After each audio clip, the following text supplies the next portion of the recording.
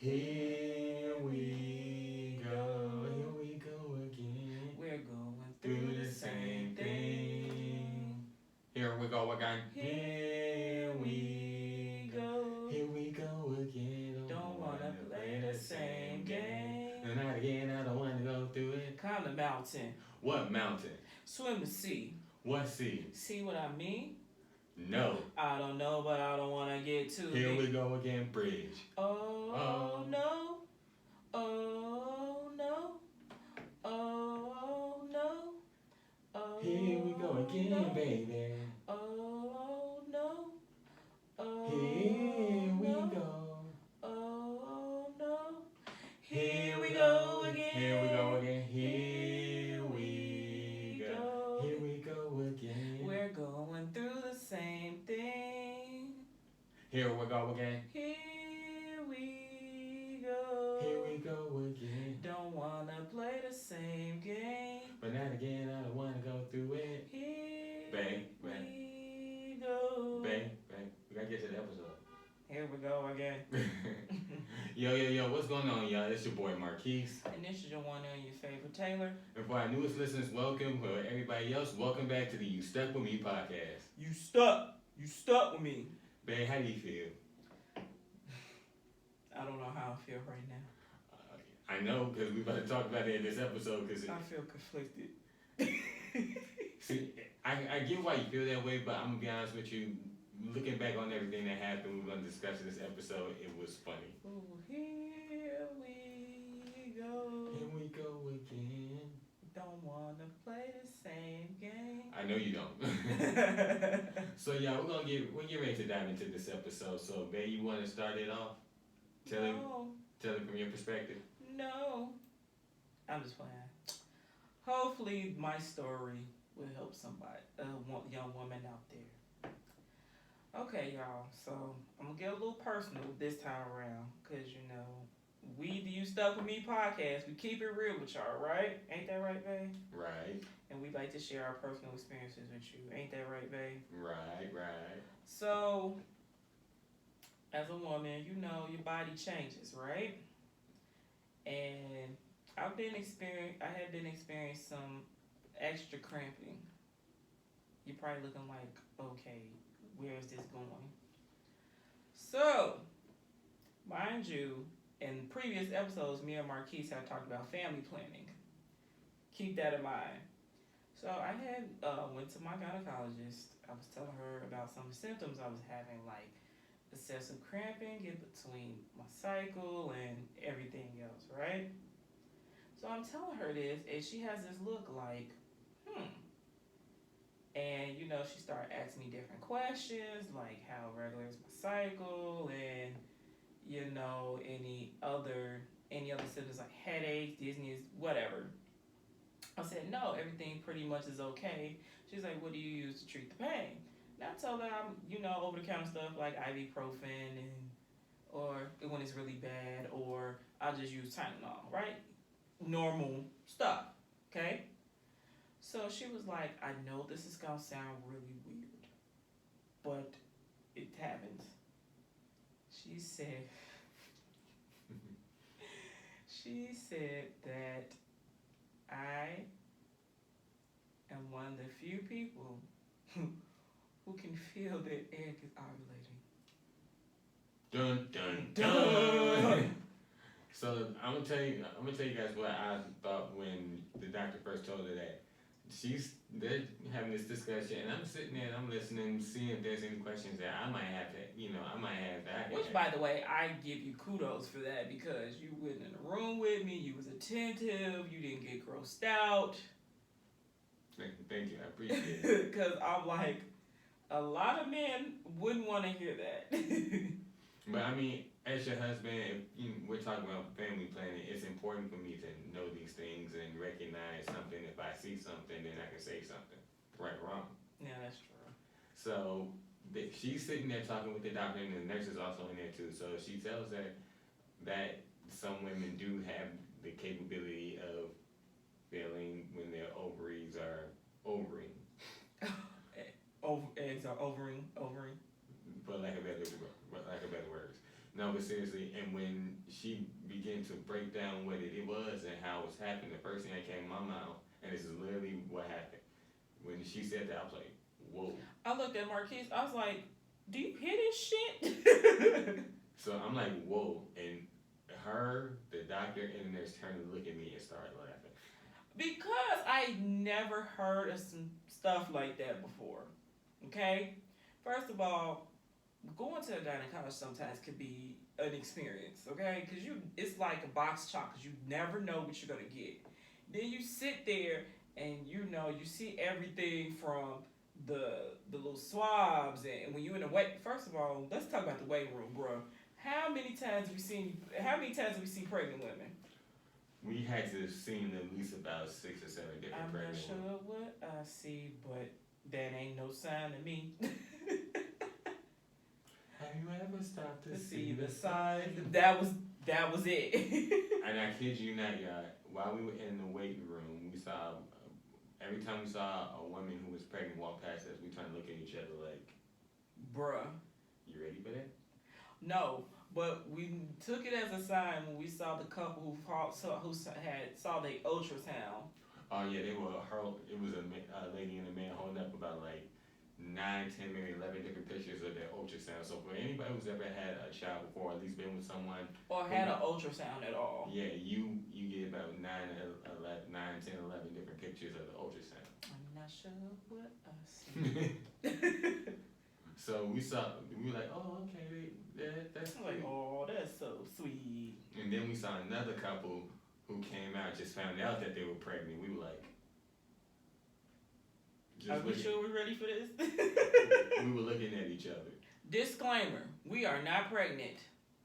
Yeah, we gotta make sure that the people know that. Again, for the people in the back, we are not pregnant. Correction, we're still not pregnant. We're still not pregnant. So stop sitting that juju over here. You know you want to laugh. Yeah, y'all know every time she says juju, I'm telling you, bro.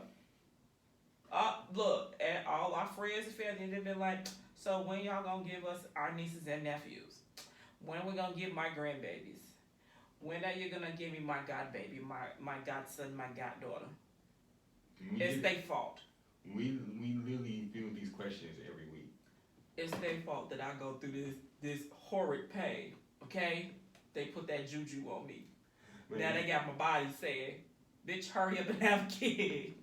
See, so while we're there, we see pregnant women, we see couples finding out that they're officially pregnant. We're just looking at each other, just like taking in everything. So she gets called. First of all, we weren't there long waiting in the waiting room, so we made it on time. Yeah, so we go back there, and of course the doctor and nurses are asking her questions, like she said, and I'm just sitting there listening, taking in everything. And so when the doctor begins to explain to her what's going on with her, I'm like, whoa, and like all three of them started laughing at me.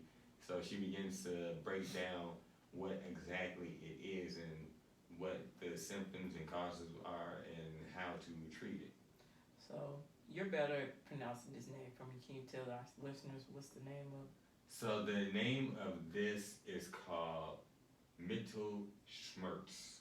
Mittelschmerz. Mm-hmm. Okay, so Mittelschmerz that's actually the scientific name for ovarian pain.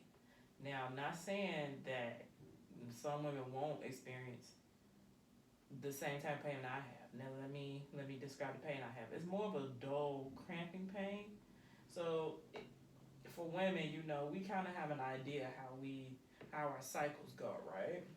Like when it's getting ready to start, or when we know that it's getting ready to be a full-fledged week of cramping, bloating, whatever, right? So what I feel is I feel a certain type of noticeable cramp similar to when I'm having my cycle, but it's no like blood or anything like that. And it always happens sometime like say about a week before my cycle will start, or even a week and a half. So to explain a little bit more of ovulation, it's basically like this. It's basically getting the room ready for the baby to grow inside of me. But there's no baby getting ready. There's no baby in there. So once after, I think it's every 21 days, if there's no implantation of sperm in the egg, everything sheds. Hence the menstrual cycle.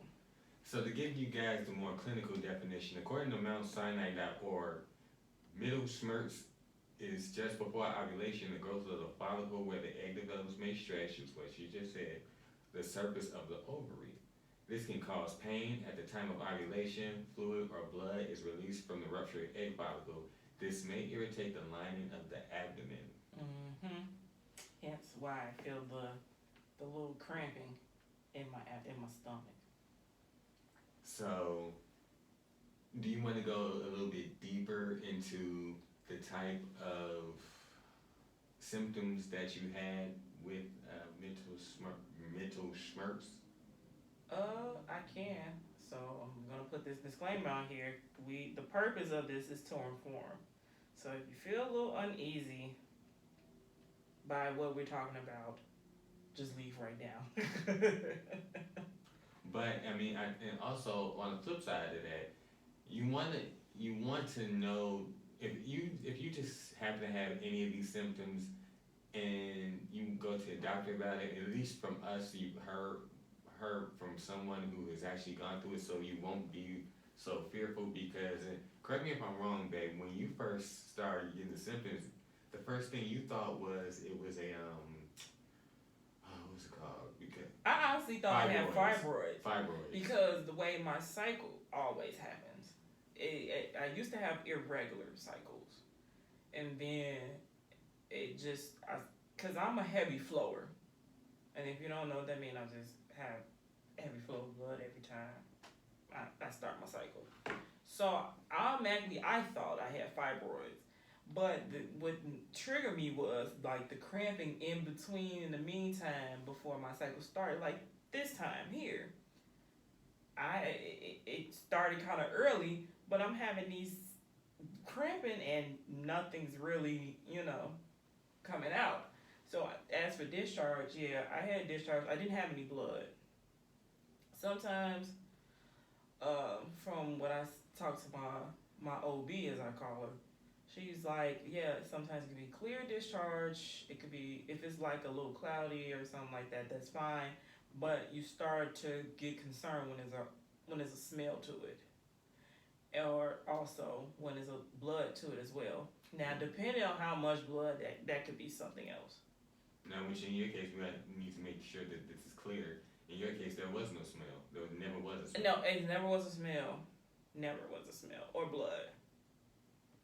It was like normal discharge, but it was like, again, what triggered me was the excessive cramping. Cause you know me, when I cramp in that time of the month, I'm no good for nothing. You're down for the count. I'm down for the count. I be ready. I sleep all day. Also, I get very dehydrated, so that's why you always see me with like Gatorade or water or something like that, or Liquid IV. Shout out to Liquid IV. Y'all saved the sister so many times. So to give you guys the symptoms of middle schmerz, it can last from a few minutes to a few hours, but it may continue for as long as a day or two. Pain may include one side of your lower abdomen, dull and achy similar to a menstrual cramp, sharp and sudden, accompanied by a slight vaginal bleeding or discharge, but it's rarely severe. Yeah, so like I said, so mine is like that mild cramping, like similar to menstrual cycle. So in your case, how long did the cramping last? Did it last for a few minutes? Did it last for a few hours? It would last for like a few hours, but once I started feeling it, I would take a Tylenol. You could take a Tylenol or any type of over-the-counter stuff to help alleviate, just like how you would do with your cycle. See, me, I'll take a Tylenol because I don't like to take medicine a lot. So I'll start off with something simple, like if it's not like something that's making me down for the count, I'll take Tylenol. So Tylenol and ibuprofen was helping with that, and then it'll stop within like about an hour or two. So let's answer this question. How are you feeling now? Honestly, I feel a little bit of cramping. A little bit. But it's nothing to the extreme that what it was. Yeah. If I had to rate it, it's at a 2 right now. Okay, so I mean, it's definitely manageable weight right now Mhm. at this point. So now, what we also found out is that the best way to treat this is a lot of rest and over-the-counter medication. So it's not like something you have to worry about something deeper happening unless it's a severe, which according to our sources, that it rarely ever is. Yeah. Yeah. And if it's something worse, then that's when you really need to go see a doctor. But also, we did find that she needs to keep track of her cycles for a few months to see if there is any difference between time. So every 21 days, if something happens or if something doesn't happen, she's journaling it. She's marking it, making it known. So when the next time she goes back to see her OB, she has something to go on and say, hey, this is what's been going on with me the last few months. And that's how I knew about the in between cramping, because I mean, I ain't gonna lie. Sometimes I'll take a mental note and I'll be thinking, no, it started then. But with the journaling, and at least with me, I used to take a calendar, and I used to put like a little symbol or something like that to tell me that was the first day, right? And then put some when it ends, and then that's how I would know, like, oh, well, I'm still feeling this cramping here. Like, what is this? So that helped a lot. So let me ask you this: since we went to the hospital, first of all, let me No, go back. not hospital, clinic. I'm sorry, clinic. Yeah. But let me go back for a second because I want to make sure that we cover something that is very important. That in some cases some women don't have. We want to talk about the support system. It's important that you have a support system if you're going through something like this because they can play an important role. And I'm Or not saying anything dealing medical related. It might not even be this. Like if you're doing something serious, like if you're having fibroids or you're having like those really bad severe irregular periods, whatever. Having that support system, it's very, very helpful. And I'm gonna tell you guys from my point of view. So while she was in the doctor's office and the doctor was checking for everything, I could tell that she was feeling a lot of discomfort. So rather than me just sitting there and just looking like, oh my God, what am I supposed to do? I just got up and I held her hand while she was going through it, and I can tell in her face that made a big difference because that meant to her she wasn't just going through it so long. I was with her through thick and thin. And it actually helped me relax too, because it was like so many times. So my OB was like, okay, you gotta relax your leg, you gotta relax your back. It's like, sis, how can I do that if you're like examining me? And so, looking at her facial expression and reading her body language, I'm like, okay, I'm not gonna sit here. I'm gonna stand here. I'm gonna hold her hand, rub her forehead, whatever she needs. So, if you can, and if it's possible, make sure that you have a support system with you when you're going through stuff like this because support is a very beautiful thing. Yeah, and I always tell Marquis, it's sometimes we forget how hard it is to be a woman when it comes to our reproductive system. Especially with the unfortunate war on women right now. Yeah. And not just you need support, not just to be there for you to hold your hand or whatever have you, but in the event that something happens, you need someone to advocate for you. And in the medical field, especially with our black women, the fact that they need somebody to advocate for them when they can't is invaluable. Mm-hmm. So if ladies, if you're going through something like this, make sure that you have somebody you can count on, find somebody that you can count on to come with you and speak for you when you can't speak for yourself. Or also too, now one thing I do like about the clinic I went to, my OB this time, because sometimes it rotates because it's a clinic, they're all people of color. So I just like how I was explaining my symptoms. She didn't try to interject or anything like that. She actually listened and she analyzed. And then she broke it to me down. She broke it to me softly. She was like, I know this is going to sound really crazy or whatever. So, I mean, they did run tests for other things just to rule it out. And everything came back clear. I didn't have anything. So that's how we knew it was the mental schmerz. Yeah. it's crazy. I can't say that word worth a damn. And you let it roll off the tongue like that. I'm gonna be honest with you. I read it as I see it. Mitchell Schmerz. Yeah. I can read it like that, but it's like remembering that, it makes me want to add like another letter to it. A letter too, other two. Yeah. But you guys, we tell this story because we want to make sure that you guys, our listeners, are being informed about things that you possibly never may have heard of before. Because prior to this, we never heard about it either. Didn't even know it existed. Yeah.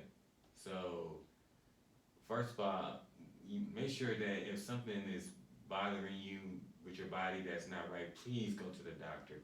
Please go to the doctor because we both can attest to needing to go to the doctor and putting stuff off. Me more on the severe level, but please go to the doctor because all of us, we have somebody who's expecting us to come home, whether it be a child, whether it be you're the child, or you have an auntie or an uncle, a cousin, a sibling, friend.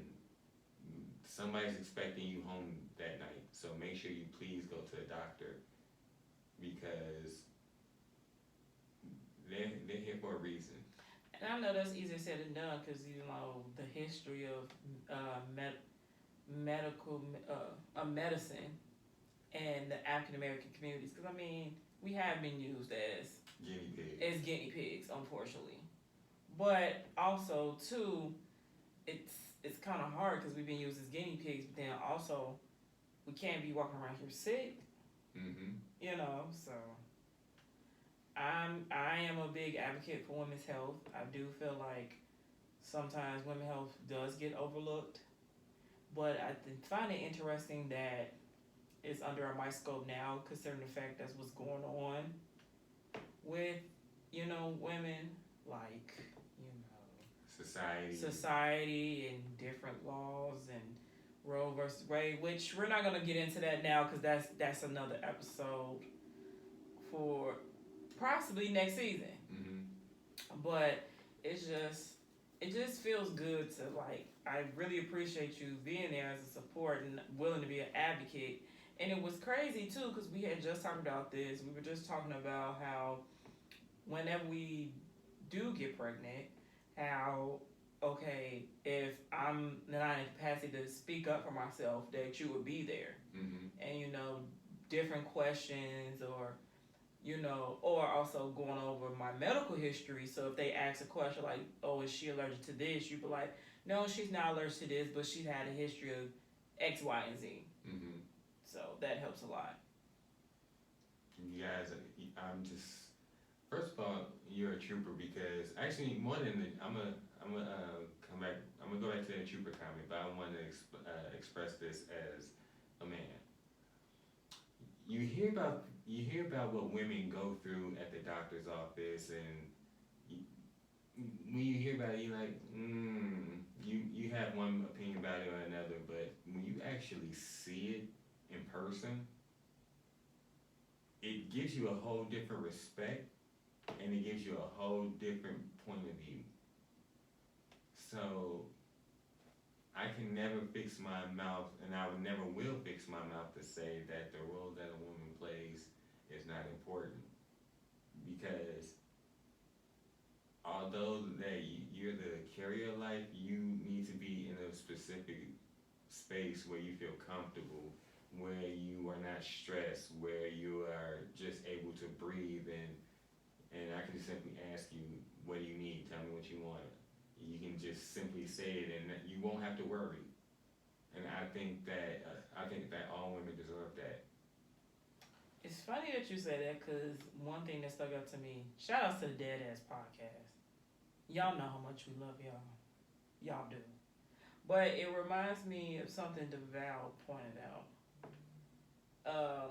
He pointed out that I think he had a friend that was in the military or something like that, or had something to do with basic training. He was like, his friend basically had to adjust of being sleep deprived, right?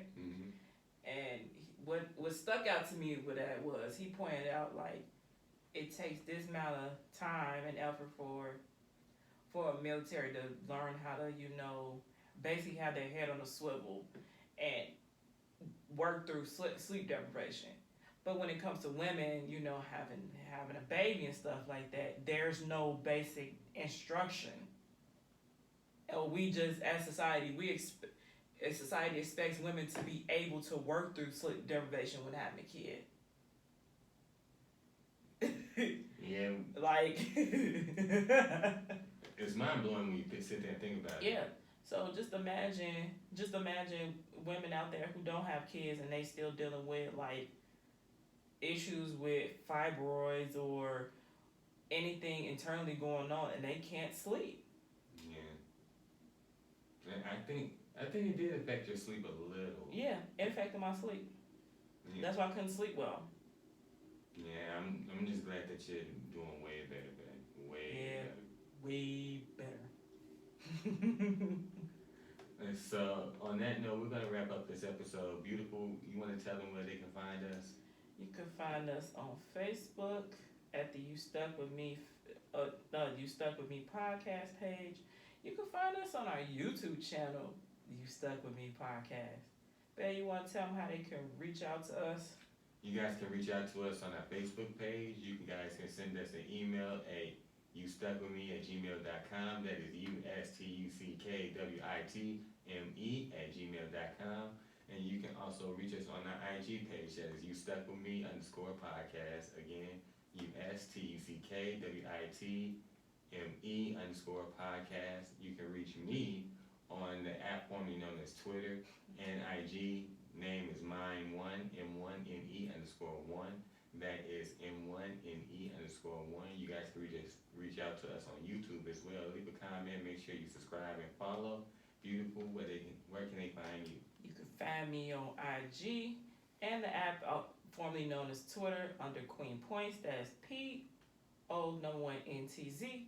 Again, that's Queen Points, PO1NTZ. And also, I decided to get on TikTok too, so you can find me under Queen Points 22. That is, again, Queen Points 22. And this is your one and only and your favorite Taylor. And this is your boy Marquis. Hey, babe. This the last episode of the season. Yeah. Whoa. Mind blown. So, first of all, before we sign off for this season, y'all, we want to say thank you for rocking with us this year, or this season rather. Hope we teach you guys something, and hopefully you guys have learned something from us. We want to keep spreading the love. Make sure that you keep spreading the black love that is important in our culture and important in this world. So, hey, don't worry. We coming back. Oh yeah, we ain't going away. We just got to take a little nap here and there, a little nappy nap. Remember, y'all stuck with us. Hey, come back next season. We out, y'all. Peace. Later.